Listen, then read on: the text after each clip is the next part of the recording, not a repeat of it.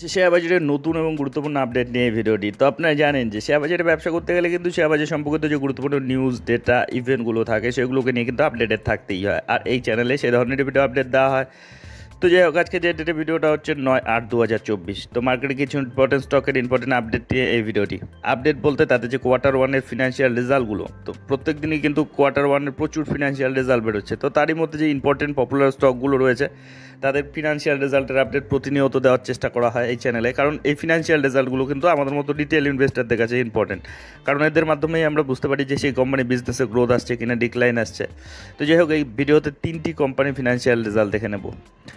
এক হচ্ছে আরভিএনএল, তারপরে আইচার মোটর, আপনার আরকন ইন্টারন্যাশনাল, এরকম 3টি কোম্পানির ফিনান্সিয়াল রেজাল্ট দেখে নেব। ভীষণ ইম্পর্টেন্ট এবং পপুলার স্টক এগুলো। তার মধ্যে সবচেয়ে বেশি যেটা ইন্টারেস্টিং এবার যে ফিনান্সিয়াল রেজাল্টটা হয়েছে সেটা কিন্তু আরভিএনএলের হয়েছে। তো এর পরিপ্রেক্ষিতে মার্কেট কীরকম রিয়াকশন দেয় সেটাই দেখার সবচেয়ে ইম্পর্টেন্ট। তো দেখে নেবো, সব কিছুই দেখে নেবো। তার আগে প্রথমে দেখে নিই যে কোম্পানির ফিনান্সিয়াল রেজাল্ট, সেটা হচ্ছে আরকন ইন্টারন্যাশনাল। তো আরকন ইন্টারন্যাশনালের একেবারে কনসলিডেটেড রেজাল্টটাই দেখে নেবো। এটা দেখলেই আমাদের সব কিছু দেখা হয়ে যায়। তো যে হিসাবগুলো রয়েছে কোটিতেই রয়েছে, অসুবিধা নেই। তো প্রথমে চলে আসে এই কোম্পানির ইনকামে। তো এই কোয়ার্টারে তাদের যেটা ইনকাম হয়েছে দেখুন, সেটা হচ্ছে 2385 কোটি, যেটা আগের কোয়ার্টারে ছিল 3894 কোটি। তো 3894টা একেবারে 2385 হয়েছে, তো অনেকটাই কমে গিয়েছে কোয়ার্টারলি দেখলে। আর ইয়ারলি দেখলে 2828 ছিল, 2828 থেকে 2385 হয়েছে। তো কোয়ার্টারলি ইয়ারলি তাদের কিন্তু ইনকাম কমে গিয়েছে।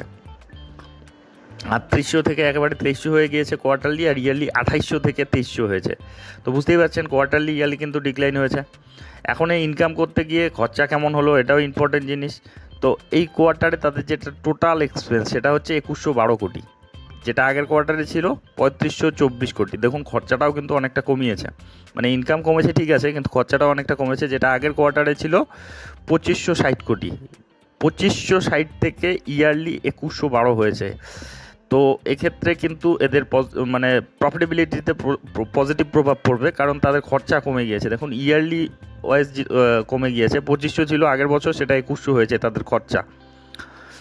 তো এখন এই ইনকাম থেকে এই খরচাটাকে বাদ দিলে যেটা থাকে প্রফিট বা লস, তো এই কোয়ার্টারে তাদের যেটা পিবিটি, প্রফিট বিফোর ট্যাক্স, তো সেটা হচ্ছে এই কোয়ার্টারে 281 কোটি, যেটা আগের কোয়ার্টারে ছিল 355 কোটি। 355টা 281 হয়েছে। তো কোয়ার্টারলি কিন্তু কমই রয়েছে, 355 থেকে 281 হয়ে গিয়েছে।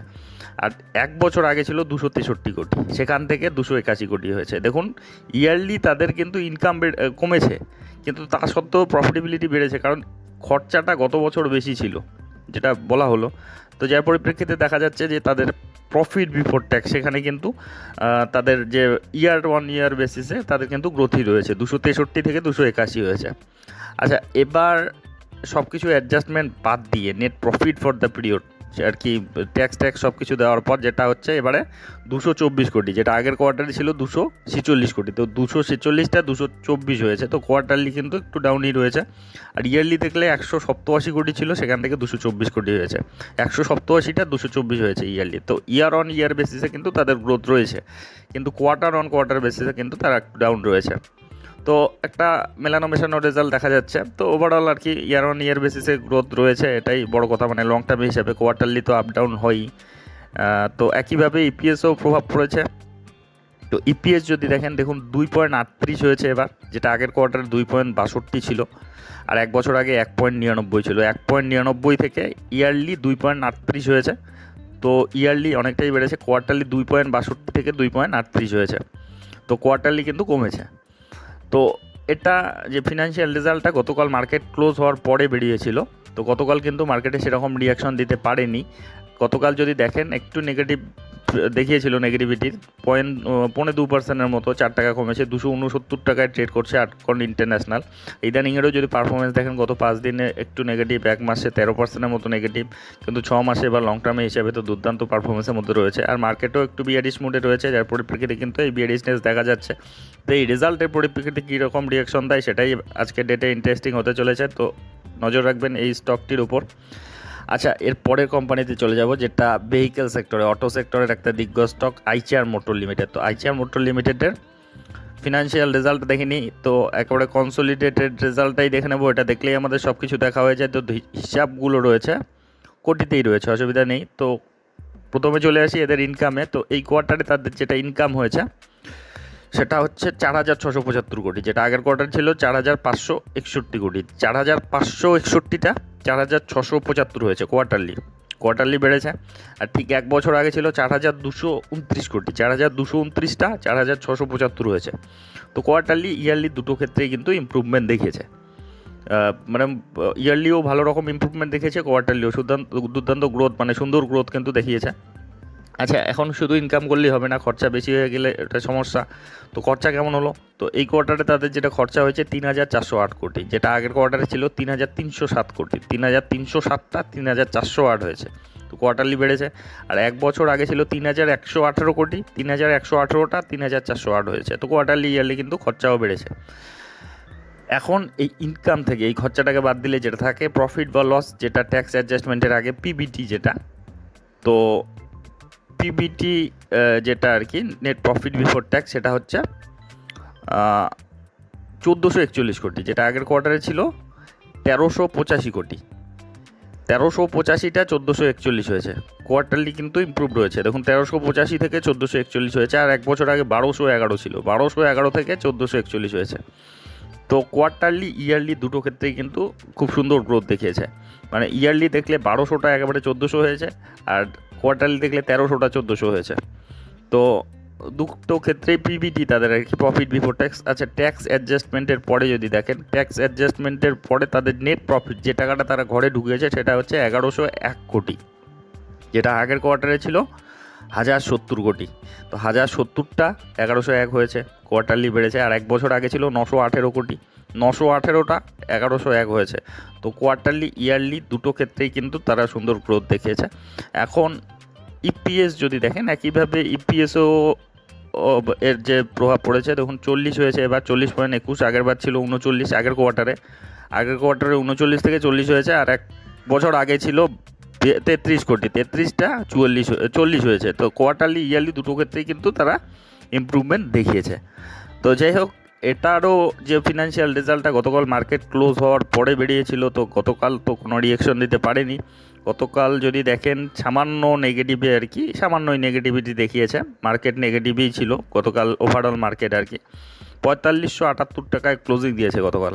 ইদানিংয়ের যদি পারফরমেন্স দেখেন, গত 5 দিনে নেগেটিভ, গত এক মাসে 5%-এর মতো নেগেটিভ, কিন্তু 6 মাসে 20%-এর মতো রিটার্ন, গত এক বছরে 34%-এর মতো রিটার্ন, আর 5 বছরে 160%-এর মতো। মানে লার্জ ক্যাপ ধরনের কোম্পানি, ব্লু চিপ কোম্পানি এরকমই যা রিটার্ন দিয়েছে, একেবারে ডিসেন্ট রিটার্ন দিয়েছে। কিন্তু এই রেজাল্টের পরিপ্রেক্ষিতে রেজাল্ট তো মোটামুটি ভালো রকমই পজিটিভ এসেছে, কোয়ার্টারলি ইয়ারলি ইমপ্রুভমেন্ট দেখেছে। এখন মার্কেট কীরকম রিয়াকশন দেয় সেটাই দেখার। তো আজকের ডেটেও এটার উপর নজর রাখবেন।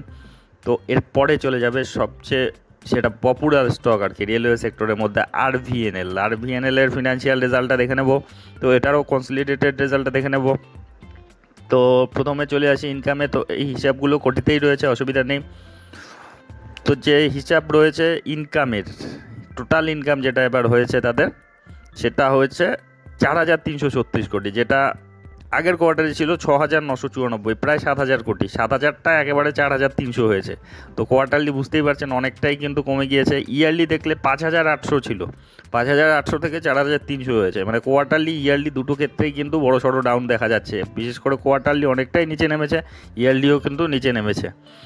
তো আরভিএনএল এর এখন যদি এই ইনকাম করতে গিয়ে খরচাটা দেখা হয়, দেখুন এই কোয়ার্টারে তাদের যেটা টোটাল খরচা সেটা হচ্ছে 4,000 কোটি, 4,036 কোটি আর কি, যেটা আগের কোয়ার্টারে ছিল 6,412 কোটি। 6,412টা 4,000 হয়েছে। তো তাদের ব্যবসা কমার সঙ্গে সঙ্গে তাদের খরচাও কমেছে।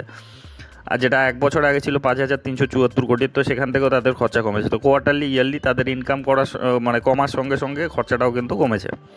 এখন এই ইনকাম থেকে খরচাটাকে বাদ দিলে যেটা থাকে প্রফিট বা লস, তো যেটা before tax PBT, profit before tax, তো সেটা হচ্ছে 301 কোটি, যেটা আগের কোয়ার্টারে ছিল 624 কোটি, প্রায় অর্ধেক হয়ে গিয়েছে। বুঝতে পারছেন, 624টা একেবারে 301 হয়েছে কোয়ার্টারলি। আর ইয়ারলি 486 ছিল, সেখান থেকেও কিন্তু অনেকটাই ডাউন হয়েছে, 486 থেকে 301 হয়েছে। তো কোয়ার্টারলি ইয়ারলি দুটো ক্ষেত্রেই কিন্তু তারা একেবারে খুব খারাপ পারফরমেন্স দিয়েছে। এখন ট্যাক্স দেওয়ার পর সব কিছু অ্যাডজাস্টমেন্টের পর কত টাকা ঘরে ঢোকালো দেখুন। তো এই কোয়ার্টারে তাদের যেটা প্রফিট হয়েছে, নেট প্রফিট, সেটা হচ্ছে 223 কোটি, যেটা আগের কোয়ার্টারে ছিল 478 কোটি, অর্ধেকের চেয়েও কম হয়ে গিয়েছে। আর যেটা এক বছর আগে ছিল 343 কোটি, সেখান থেকেও কিন্তু অনেকটাই নিচে নেমেছে। তো কোয়ার্টারলি ইয়ারলি দুটো ক্ষেত্রেই কিন্তু একটা ডাউন দেখা যাচ্ছে। তো একইভাবে তাদের ইপিএস যদি যান, ইপিএসও প্রভাব পড়েছে। দেখুন 1.07 হয়েছে, যেটা আগের বার 2.29 ছিল, 2.29 থেকে 1.07 হয়েছে। আর যেটা এক বছর আগে ছিল 1.65, সেখান থেকে 1 হয়েছে। তো কোয়ার্টারলি ইয়ারলি দুটো ক্ষেত্রেই কিন্তু খারাপ পারফরমেন্সই এসেছে এই কোয়ার্টারে। তো যাই হোক, এই ফিনান্সিয়াল রেজাল্টের পরিপ্রেক্ষিতে মার্কেটে কেমন রিয়াকশন দিয়েছে দেখুন কালকে, কারণ এটা মোটামুটি মার্কেট চলাকালীনই এটার ফিনান্সিয়াল রেজাল্ট বেরিয়েছিল। আর যখনই বেরিয়েছিল মোটামুটি 2টার আশেপাশে বেরিয়েছিল, তখনই কিন্তু একটা শার্প কারেকশন দেখা গিয়েছে। দেখুন এই যে কারেকশনটা দেখতে পাচ্ছেন, প্রথমে একটা কিন্তু কনসলিডেশন ফেজে এবং পজিটিভই ট্রেড করছিল আর কি, তারপরে কিন্তু একটা শার্প কারেকশন দেখা গিয়েছে। তো কালকে মোটামুটি 4.5% মতো, মানে মার্কেট চলাকালীন এর ফিনান্সিয়াল রেজাল্টটা বেরিয়েছিল, তো 4.5%-এর ওপরে কিন্তু নেগেটিভিটি দেখিয়েছে। 26 টাকা কমেছে, 539 টাকায় ক্লোজিং দিয়েছে। তো আজকের ডেটে কীরকম রিয়াকশন দেয় সেটাই দেখার। কিন্তু এটা যদি ইদানিংয়ের পারফরমেন্স দেখেন, দেখুন গত 5 দিনে 8%-এর মতো নেগেটিভ রয়েছে, গত এক মাসেও সামান্যই নেগেটিভ বলা যায়। আর লং টার্মে তো দুর্দান্ত রিটার্ন, 6 মাসে ডবল করে দিয়েছে 100%, এক বছরে 324%, আর 5 বছরে 1975%-এর মতো রিটার্ন। তো যাই হোক, এর যে মানে ফিনান্সিয়াল রেজাল্টটা দেখলেন, এটার জন্য কিন্তু এটাকে বিবেচনা করবে না, কারণ এই কোম্পানির অর্ডার বুক কিন্তু বিরাট বড় রয়েছে, প্রায় 1 লক্ষ কোটির কাছাকাছি। মানে যতটা তাদের মার্কেট ক্যাপিটাল ততটা তাদের অর্ডার বুক রয়েছে। মানে সবচেয়ে বেশি যদি রেলওয়ে ইনফ্রাস্ট্রাকচারের ক্ষেত্রে যদি কোম্পানিগুলো যেগুলো কাজ করে তাদের মধ্যে দেখেন, রেল বিকাশ নিগমের আরবিএনএল-এর কিন্তু সবচেয়ে অর্ডার বুক বেশি রয়েছে। তো এই অর্ডার বুকগুলো এখনই কিন্তু তাদের ডেটাতে প্রতিফলিত হবে না আর কি। যখন এগুলো এক্সিকিউট হবে, অর্ডারগুলো এক্সিকিউট হবে, তারা অর্ডারগুলো সাপ্লাই দেবে, তারপরে কিন্তু হবে, যেটা কিন্তু একটা লং টার্মের ব্যাপার। এগুলো যে এই বছরই হচ্ছে বা মানে এই কোয়ার্টারেই হচ্ছে বা পরের কোয়ার্টারেই হচ্ছে তা নাও হতে পারে। কিন্তু যারা লং টার্ম ইনভেস্টর তারা নিশ্চিন্তে কিন্তু এই কোম্পানিটিকে হোল্ড করতে পারেন, যারা হোল্ড করছেন আর কি লং টার্মের জন্য অবশ্যই। কিন্তু শর্ট টার্মে এটা কীরকম এর কারেকশন দেখায় সেটাও একটা দেখার, যে এই কোয়ার্টারে বা পরের কোয়ার্টারেও কিন্তু এরকম রেজাল্ট আসতে পারে, কারণ সেগুলো যে অর্ডারগুলো তাদের হাতে রয়েছে সেগুলো সাপ্লাই দিতে, সেগুলো এক্সিকিউট করতে কিন্তু তাদের সময় লাগবে। তো বরঞ্চ এই কোয়ার্টারলি রেজাল্টগুলোর পরিপ্রেক্ষিতে যদি এতে কারেকশন আসে, সেগুলো কিন্তু লং টার্ম ইনভেস্টরদের ক্ষেত্রে সুযোগ হবে। তো যাই হোক, এই যে কোম্পানিগুলোর ফিনান্সিয়াল রেজাল্টের আপডেট নিয়ে এই ভিডিওটি ছিল। তো এই ধরনের আপডেট যদি আপনাদের উপকারে লেগে থাকে তবে অবশ্যই চ্যানেলটি সাবস্ক্রাইব করে রাখবেন। আর ভিডিওটি শেষ পর্যন্ত দেখার জন্য ধন্যবাদ।